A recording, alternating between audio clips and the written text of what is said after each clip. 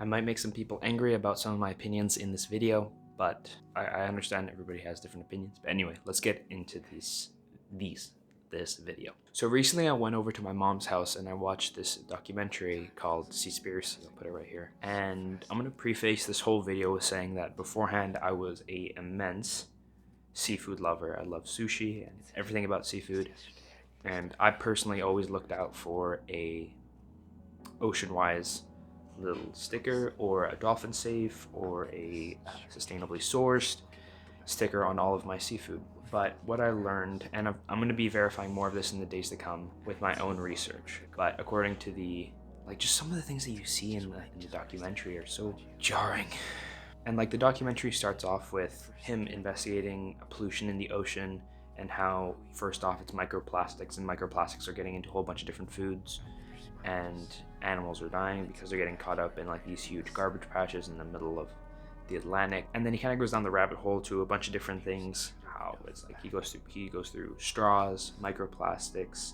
He eventually finds that most of the pollution in the ocean, most of the plastic pollution in the ocean is fishing nets and other type of fishing gear. It makes up over, according to the the movie, about more than 50%, which is kind of weird because I've never heard of that before, that it was fishing gear making up more than 50%. Again, I'm going to verify this all in the days to come. I'm just giving you my impressions of the video. And then he kind of goes on almost like a rabbit hole of stuff, and then he ends up in a place called, I think, Taijin in Japan, to witness something where the boats go out from Taijin and it's all heavily secured. When you go into the city, people are watching you to be sure that you can't, apparently, so you don't go to these locations and see what they're doing. And every single day the boats go out and they corral dolphins in and they just slaughter them, not for food, but because they think they're a pest, because they're competing with them for the fish, which I thought was pretty horrific. And then you see the dolphins getting slaughtered and they're not even attacking the humans, they're just trying to get away. A bunch of different things about seafood and sustainably sourced seafood, and he talks to this guy at this company who hands out these dolphin safe stickers to different companies, and he begins asking him questions. His first question is, how many dolphins need to die? What's the threshold for it to be dolphin safe? And the guy says, of course, 0. That would make sense. It wouldn't be dolphin safe if one dolphin had to die for it. And he proceeds to ask him, okay, well, how do you verify this? And the guy says, we don't. And then the interviewer asks, well, then how can you verify that it's dolphin safe if you don't verify that it's dolphin safe? He's like, well, there's some things you can't control in life. Okay, well, then how can you say that it's dolphin safe if you have no way of verifying? Well, why even hand out the sticker if you don't? And obviously the interview subsequently ends right after that. But kind of crazy how blasé he was about just well, I mean, there's nothing I can do about it, but I'll still hand out the ticket. I'll still hand out the little label that says this is dolphin safe. And let me preface this with saying that I think there is such thing as ethically sourcing seafood, at least for the people who need it.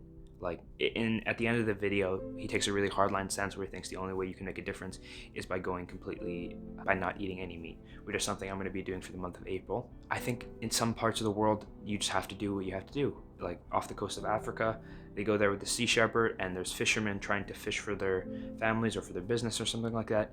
And then you have a commercial trawler scooping up and taking all of these people's fish, meaning in their coastal waters. So for them, there might not be any other option for food. And I know if I was in the same situation, I'd do what I have to do to feed my friends or feed my family.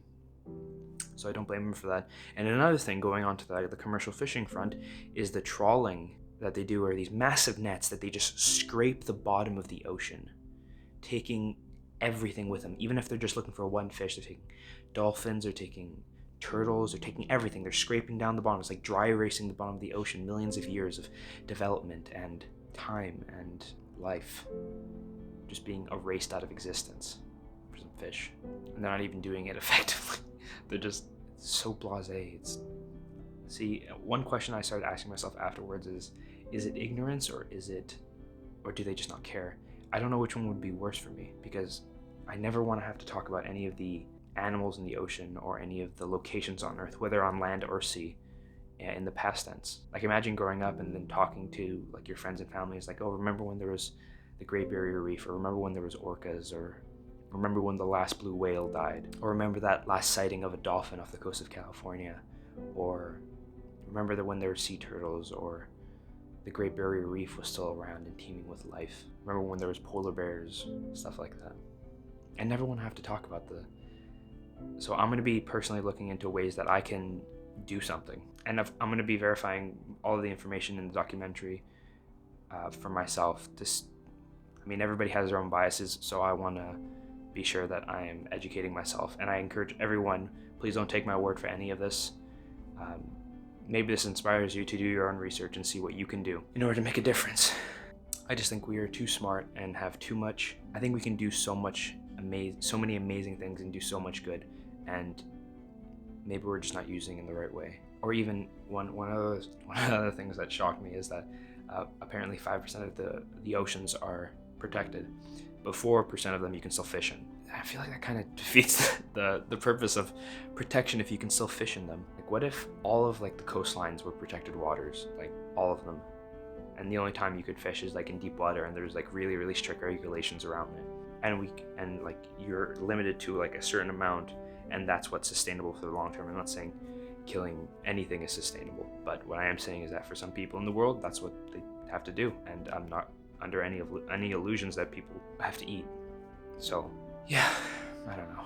It made me feel really weird because, as I said at the beginning of the video, I'm a big seafood lover. I love sushi, but I don't think my love for sushi should trump the fact that we're just destroying what's here without any recourse, without any care. Yeah. Anyway, guys, sorry if this has been a really depressing video. I'm gonna attach any sources I can in the description below. If you guys have any questions, let me know. Watch the documentary, it's on Netflix. Let me know what you guys think in the comment section down below. I'll see you on Monday for that video. Peace.